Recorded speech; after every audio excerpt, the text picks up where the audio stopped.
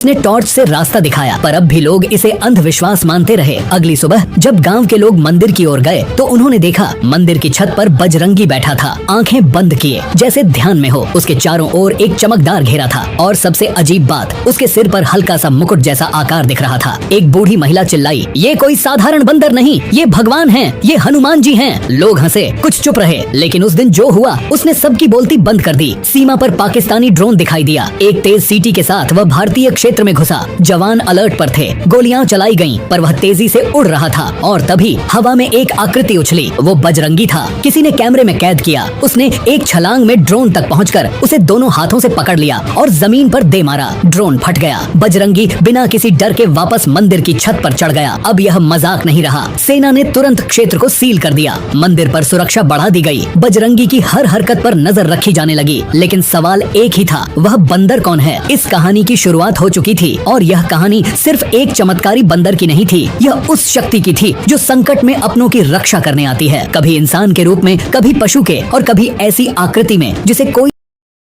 रंगी की पहली छलांग ने सबको हिला कर रख दिया था। अब वो केवल एक अफवाह नहीं रहा। सेना, सरकार और वैज्ञानिकों की नजरें अब उसी पर थीं। मगर सवाल वही था, वो बंदर आखिर है कौन? भारतीय सेना की इंटेलिजेंस यूनिट ने तत्काल एक विशेष टीम तैनात की। कोड नाम दिया गया ऑपरेशन संकट मोचन। इस टीम में वैज्ञानिक, धर्मशास्त्री और रिटायर्ड सेना अधिकारी शामिल थे। उनका काम था बजरंगी की असलियत जानना। सबसे पहले मंदिर के आसपास लगे कैमरों की रिकॉर्डिंग खंगाली गई। दिन ब दिन देखा गया कि बजरंगी कहाँ आता जाता है, क्या खाता है, कैसे चलता है। एक बात सबको हैरान कर गई, वो कभी भी कुछ खाता हुआ नहीं दिखा। न फल, न रोटी, न पानी। वो बस आता, बैठता और फिर गायब हो जाता। इसके साथ साथ कुछ स्थानीय बुजुर्गों को भी बुलाया गया। एक साधु बाबा ने कहा, ये वही है जो राम के साथ लंका गया था। जब सबको लगा वो केवल कथा है, तब भी वो कहीं न कहीं जिंदा था। ये उसकी छाया है, उसकी सेवा का फल। वहाँ मौजूद लोग बाबा की इस बात पर जोर जोर से हंसने लगे। लोगों ने कहा, ये तो पागलों जैसी बात है बाबा। टीम ने भी इसे धार्मिक भावना कहकर नजरअंदाज किया। लेकिन जल्द ही कुछ और सबूत सामने आए। मंदिर के अंदर एक पुरानी दीवार थी जिस पर एक मूर्ति बनी थी हनुमान जी की, लेकिन उसकी आंखों में कुछ अनोखा था। कैमरे की मदद से जब झूम करके देखा गया तो उस मूर्ति की आंखें बिल्कुल वैसी ही थीं जैसी बजरंगी की, गहरी, चमकदार और उनमें हल्की सी सिंदूरी रेखा। वैज्ञानिकों ने एक डीएनए टेस्ट की भी कोशिश की। मंदिर के पास से बाल और खाल के नमूने जुटाए गए और लैब में भेजे गए, लेकिन रिपोर्ट आई तो सब दंग रह गए। नतीजे मानवीय और वानर दोनों से मेल नहीं खाते थे। एक नई अनजानी जाति का संकेत अद्भुत मिला, ऐसा कुछ जो धरती पर पहले कभी नहीं देखा गया। इसी बीच कुछ जवानों ने अपनी आप बीती सुनानी शुरू की। एक ने कहा, मेरी जान बची थी जब मेरी बंदूक जाम हो गई थी। सामने दुश्मन था और तभी एक तेज झोंका आया। वो बंदर था, उसने दुश्मन को धकेल दिया और मुझे निकलने का रास्ता मिल गया। एक और जवान ने कहा, मेरी माँ ने हमेशा कहा था कि हनुमान जी हर संकट में साथ होते हैं। अब मैं मानता हूँ, मैंने उस बंदर की आंखों में डर नहीं, करुणा देखी थी। अब यह सब महज संयोग नहीं लग रहा था। एक धार्मिक पत्रकार अर्चना शर्मा ने खुद जाकर मंदिर का दौरा किया और लाइव रिपोर्टिंग की। उन्होंने कहा, जब मैं मंदिर के पास पहुंची तो मेरे कैमरे ने काम करना बंद कर दिया, लेकिन मेरी आंखों ने जो देखा उसे मैं शब्दों में नहीं बयां कर सकती। वहाँ कोई शक्ति थी जो सिर्फ शरीर से नहीं, आत्मा से भी महसूस होती है। इस सब के बीच पाकिस्तान की गतिविधियाँ और तेज हो चुकी थीं। लड़ाकू विमानों की संख्या 3 गुनी कर दी गई थी। रडार पर साफ दिख रहा था कि एक बड़ा हमला हो सकता है, लेकिन अब भारतीय सेना का आत्मविश्वास पहले से कहीं ज्यादा था। बजरंगी अब एक रहस्य से अधिक एक रणनीति बन चुका था। सेना ने मंदिर के आसपास के क्षेत्र को नो ड्रोन जोन घोषित कर दिया। हर चौकी को अलर्ट कर दिया गया कि अगर कोई हलचल हो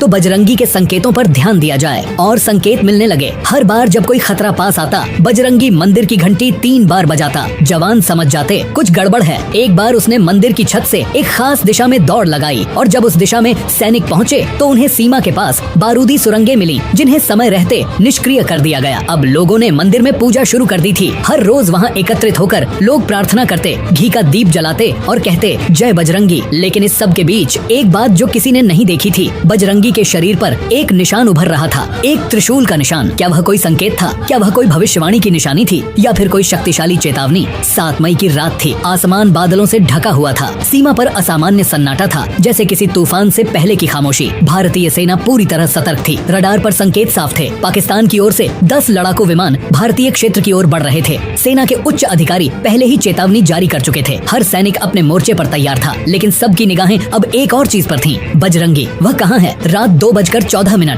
मंदिर की घंटी अचानक 3 बार बजी, तेज गूंजती हुई, जैसे किसी ने उसे पूरे जोर से खींचा हो। सेना ने तुरंत संदेश प्रसारित किया, code red, Bajrangi signal confirmed. इसके ठीक 10 मिनट बाद लिद्दर नदी के पार एक जोरदार धमाका हुआ। एक विमान भारतीय क्षेत्र में घुस चुका था और मिसाइल दाग चुका था, लेकिन मिसाइल जमीन से टकराने से पहले ही आसमान में फट गई। कैमरा फीड में एक आकृति दिखी, बजरंगी वो हवा में था, उसकी पूंछ बिजली की तरह चमक रही थी। बाकी विमान अब तेजी से भारतीय क्षेत्र में घुसपैठ कर रहे थे। सेना ने जवाबी फायरिंग शुरू की, लेकिन संख्या बल दुश्मन के पक्ष में था। तभी बजरंगी ने जमीन से छलांग लगाई और हवा में एक एक कर 4 विमानों को निशाना बनाया। किसी के पंख तोड़े, किसी के इंजन को फाड़ा। आसमान में आग के गोले बनते जा रहे थे। पहलगाम की घाटी रोशनी से जगमगा उठी थी, लेकिन वह रोशनी डर की नहीं, रक्षा की थी। बजरंगी ने एक विमान को पकड़कर पहाड़ से दे मारा। धमाका इतना जबरदस्त था कि आसपास की जमीन हिल गई, पर बजरंगी को कुछ नहीं हुआ। इधर जमीन पर पाकिस्तानी सैनिक घुसने की कोशिश कर रहे थे। 2 बंकर पहले ही टारगेट पर आ चुके थे, लेकिन जैसे ही वो बंकर की ओर बढ़े, बजरंगी ने जमीन पर एक प्रहार किया। एक भूकंप जैसा झटका महसूस हुआ और जमीन फट गई। दुश्मन के सैनिक वहीं फंस गए। सेना के जवानों ने तुरंत उन पर काबू पाया। उस रात 10 विमान गिराए गए, 4 टैंक नष्ट हुए और 37 दुश्मन सैनिकों को खत्म किया गया। भारत की ओर से किसी को कोई नुकसान नहीं पहुंचा। अगली सुबह बजरंगी मंदिर की छत पर वापस आया।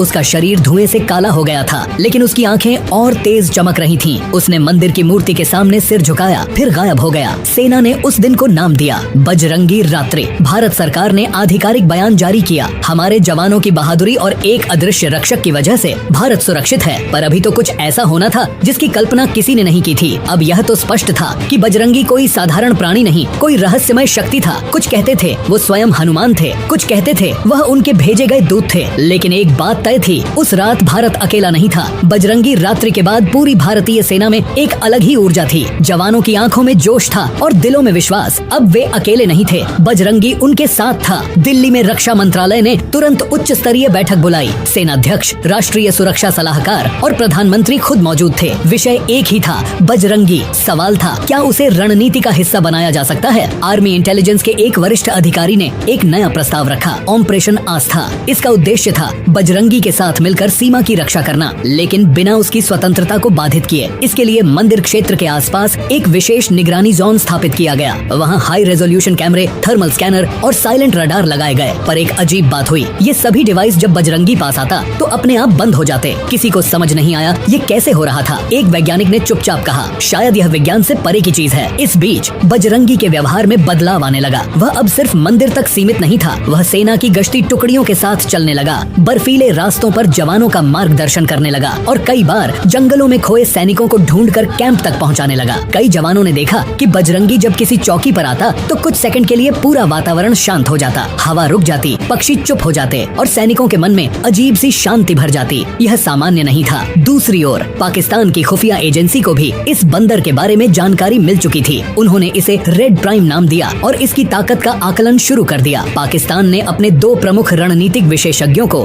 भारत सीमा के नजदीक भेजा, यह जानने के लिए कि बजरंगी क्या है और कैसे उससे निपटा जाए। इधर भारत ने एक खास टीम बनाई, टीम संकट मोचन। इसमें 12 जवान चुने गए जो फिजिकल और मानसिक रूप से बेहद मजबूत थे। इनका कार्य था बजरंगी के साथ एक सामंजस्य बनाना, उसके इशारों को समझना और उसके मुताबिक कार्रवाई करना। टीम के लीडर मेजर आदित्य राणा ने सबसे पहले जो बात नोट की वह थी बजरंगी की टाइमिंग। जब भी कोई खतरा आता, बजरंगी ठीक 5 से 7 मिनट पहले किसी ऊंचाई पर जाकर बैठता। वहाँ से वह एक खास दिशा में देखता रहता और फिर अचानक हरकत करता। राणा ने अपनी टीम से कहा, वो सिर्फ देख नहीं रहा, वह आने वाले खतरे को पहले से महसूस कर लेता है। यह एक बड़ी खोज थी। अब सेना ने अपनी सिग्नल प्रणाली को बजरंगी की गतिविधियों से जोड़ दिया। जहाँ वह जाता वहाँ पहले से स्कैनिंग शुरू कर दी जाती। नतीजा 3 बार संभावित हमले पहले ही टाल दिए गए। इस बीच पाकिस्तान की ओर से एक नया प्लान तैयार हुआ, बजरंगी को जाल में फंसाना। उन्होंने सीमा के पास एक नकली बंकर बनाया जिसमें अंदर एक बायो इलेक्ट्रिक ट्रैप था। इरादा था कि जब बजरंगी उसमें घुसे तो उसे बिजली के झटकों से बेहोश किया जाए। लेकिन बजरंगी को धोखा देना आसान नहीं था। जब वह उस बंकर के पास पहुंचा, उसने भीतर झांका, फिर जमीन पर बैठकर कुछ देर शांत रहा। अचानक वह उठा और पूरी ताकत से जमीन पर मुक्का मारा। बंकर फट गया, अंदर छिपे उपकरण और सैनिक ध्वस्त हो गए। अब पाकिस्तान समझ गया ये बंदर नहीं, एक चेतन शक्ति है। भारत की ओर से मंदिर में एक विशेष पूजा का आयोजन किया गया। इसमें केवल सैनिकों को अनुमति दी गई। पूजा के दौरान मंदिर की घंटियां बिना छुए बजने लगीं और दीपक अपने आप जल उठे। सबने देखा बजरंगी मंदिर के सामने खड़ा है, लेकिन उसकी छाया अब सामान्य नहीं थी, वो विशाल हो गई थी और उसके पीछे एक हल्की सी आभा में एक गदा दिख रही थी। अब सवाल नहीं रह गया था कि बजरंगी कौन है, अब बात सिर्फ इतनी थी, वह कब और कहां प्रकट होगा। 9 मई की सुबह दुनिया की निगाहें एक बार फिर भारत पाक सीमा पर टिक गई थीं। अंतर्राष्ट्रीय मीडिया को भी अब यह एहसास हो गया था कि पहलगाम में जो कुछ हो रहा है वो सिर्फ 2 देशों का सैन्य संघर्ष नहीं, एक अद्भुत और अलौकिक घटना है। दुनिया के सभी बड़े समाचार चैनलों ने कैमरे वहीं गाड़ दिए थे। पाकिस्तान ने अब की बार अपनी सबसे बड़ी सैन्य योजना शुरू की थी, ऑपरेशन काला बादल। इसमें 20 लड़ाकू विमान, 10 टैंक, 200 से अधिक स्पेशल फोर्स कमांडो और ड्रोन शामिल थे। उनका उद्देश्य था भारत की एक सीमा चौकी को पूरी तरह नेस्तनाबूद करना। इधर भारतीय सेना ने पूरी तैयारी कर ली थी, लेकिन सबकी नजर एक ही तरफ थी, क्या बजरंगी फिर आएगा। सुबह 10:27 पर रडार पर हलचल दिखी। 15 विमान भारतीय क्षेत्र की ओर बढ़ रहे थे। जमीन पर टैंक और कमांडो पहले ही अपनी पोजीशन में थे, लेकिन मंदिर की घंटी अब तक नहीं बजी थी। जवानों की सांसें अटक गईं। फिर ठीक 10:31 पर मंदिर की घंटी खुद ब खुद 5 बार बजी। पूरे क्षेत्र में एक कंपन सी दौड़ गई। बजरंगी अब तक नहीं दिखा था। आसमान में धमाके होने लगे। भारतीय सेना जवाबी कार्रवाई कर रही थी, लेकिन दुश्मन की संख्या भारी थी। तभी जैसे हवा में कोई दरार पड़ी हो, मंदिर के ऊपर से एक ज्वाला निकली और वह आया बजरंगी। लेकिन इस बार वो पहले जैसा नहीं था। अब उसका शरीर उज्जवल हो चुका था, आंखों में नारंगी आभा थी और उसकी पूंछ बिजली सी चमक रही थी। उसके हाथों में इस बार सचमुच की गदा थी और उसके कदम पड़ते ही धरती हिल उठी। बजरंगी ने सीधे सबसे पहले एक टैंक को निशाना बनाया। वह हवा में उछला और गदा से उस टैंक को ऐसे फोड़ा जैसे खिलौना हो। फिर उसने आसमान की ओर देखा और 5 विमानों की ओर छलांग लगाई। उसने एक एक कर सबको अपने ही पंखों से काटकर नीचे गिराया। अंतर्राष्ट्रीय कैमरों ने यह सब लाइव दिखाया। लाखों लोग स्क्रीन से चिपक गए। दुनिया पहली बार एक ऐसे योद्धा को देख रही थी जिसे विज्ञान नहीं समझा सकता था। पाकिस्तानी कमांडोज ने मंदिर की ओर बढ़ना शुरू किया, लेकिन जैसे ही वे पास आए, बजरंगी ने जमीन पर प्रहार किया। वहाँ से एक प्रकाश निकला और सारे दुश्मन अंधे हो गए। भारत के जवान अब बजरंगी के पीछे पीछे थे, हर दिशा में उसका आदेश मानते हुए लड़ाई कर रहे थे। लड़ाई 3 घंटे चली। अंततः पाकिस्तान ने पीछे हटने का आदेश दिया। उनके 17 विमान गिराए गए, सभी टैंक नष्ट हुए और जमीन पर मौजूद लगभग पूरी टुकड़ी आत्मसमर्पण कर चुकी थी। बजरंगी ने अंतिम प्रहार के बाद मंदिर की छत पर चढ़कर गदा हवा में घुमाई और एक तेज प्रकाश के साथ वह मंदिर के अंदर समा गया। मंदिर की मूर्ति में हल्की सी मुस्कान उभर आई। भारत में चारों ओर एक ही नारा गूंजा, जय बजरंगी। संयुक्त राष्ट्र ने इस घटना को चमत्कार की श्रेणी में रखा। वैज्ञानिकों ने कहा हम नहीं समझ सकते इसे। धर्म गुरुओं ने कहा अब भी शक है। बजरंगी के चमत्कार को लेकर पूरी दुनिया में भूचाल सा आ गया था। अमेरिका, रूस, जापान, फ्रांस, इजराइल, हर बड़े देश की खुफिया एजेंसियां अब पहलगाम की ओर रुख कर चुकी थीं। एक साधारण से मंदिर में जो हुआ था वो विज्ञान के लिए पहेली बन चुका था और आस्था के लिए प्रमाण। एक बड़े समाचार चैनल ने इसे द हानुमन फेनोमेनन नाम दिया। एक ने अपने मुख्य कार्यक्रम में कहा अगर यह सच है तो मानवता को अपनी सीमाओं की फिर से परिभाषा करनी होगी। संयुक्त राष्ट्र ने भारत से विशेष अनुरोध किया कि वह इस बंदर की चिकित्सा और रहन सहन पर अंतर्राष्ट्रीय शोध की अनुमति दे, लेकिन भारत सरकार ने साफ कर दिया, बजरंगी कोई प्राणी नहीं, हमारी आस्था का प्रतीक है, उनका कोई परीक्षण नहीं होगा। अभी ये कहानी खत्म नहीं हुई है, अभी तो एक ऐसी घटना होनी बाकी है जो इस पूरी कहानी को सच साबित करने वाली थी। उन लोगों के मुंह बंद होने वाले थे जो भगवान को नहीं मानते। देश भर में मंदिरों में विशेष पूजन होने लगे। पहलगाम मंदिर अब राष्ट्रीय तीर्थ बन गया। वहाँ जाने के लिए सेना ने सीमित समय और संख्या तय कर दी। इस बीच सोशल मीडिया पर बजरंगी के वीडियो वायरल हो चुके थे। ट्विटर, यूट्यूब, इंस्टाग्राम, हर जगह लोग उनकी तस्वीरों पर कमेंट कर रहे थे। किसी ने लिखा, जय बजरंगी, अब डर नहीं लगता। किसी ने कहा, अब समझ आया, रामायण आज भी जिंदा है। कुछ वैज्ञानिक इसे अज्ञात प्रजाति का उच्च विकसित प्राणी कह रहे थे। एक रिपोर्ट में लिखा गया, यह शायद पृथ्वी पर हजारों वर्षों से छिपी कोई शक्ति है जिसे संकट ने बाहर लाया है। लेकिन भारत में लोगों को किसी प्रमाण की जरूरत नहीं थी। उनके लिए बजरंगी अब हनुमान जी का अवतार थे। एक बच्ची ने अपने स्कूल प्रोजेक्ट में लिखा, बजरंगी भगवान हैं जो हमें बचाने आए थे। इसी दौरान एक सम्मेलन हुआ। वेटिकन, मक्का, काशी और तिब्बत के धर्मगुरु एक मंच पर आए। विषय था, क्या ईश्वरीय शक्तियाँ आज भी हमारे बीच हैं? सभी ने एक मत से कहा, ईश्वर रूप बदलते हैं लेकिन जाते नहीं। भारत सरकार ने उस क्षेत्र को अलौकिक संरक्षित क्षेत्र घोषित कर दिया। वहाँ वैज्ञानिक शोध तो रोका गया, लेकिन धार्मिक यात्राओं को नियंत्रित अनुमति दी गई। बजरंगी अब कहीं नहीं दिख रहे थे, लेकिन मंदिर की मूर्ति से हर रात हल्की चमक निकलती थी, जैसे वो वहाँ अब भी हैं। कुछ वैज्ञानिकों ने दावा किया कि उन्होंने मंदिर के आसपास रेडियो एक्टिव वेव्स में असामान्य ऊर्जा देखी है, लेकिन जैसे ही वे नजदीक जाने की कोशिश करते, उनके उपकरण बंद हो जाते। एक वैज्ञानिक ने कहा, यह विज्ञान का क्षेत्र नहीं, श्रद्धा की सीमा है। मीडिया का दबाव कम हुआ, लेकिन श्रद्धा बढ़ती गई। हर त्योहार पर वहाँ लाखों दीप जलाए जाते। जवान जब सीमा पर जाते तो मंदिर से सिंदूर लगाकर निकलते। उनकी राय में, जब बजरंगी साथ हैं तो डर किस बात का? कई हफ्ते बीत चुके थे। पहलगाम अब एक तीर्थ, एक संतुलन का प्रतीक बन चुका था। वहाँ की हवाओं में अब भी बजरंगी की उपस्थिति महसूस होती थी,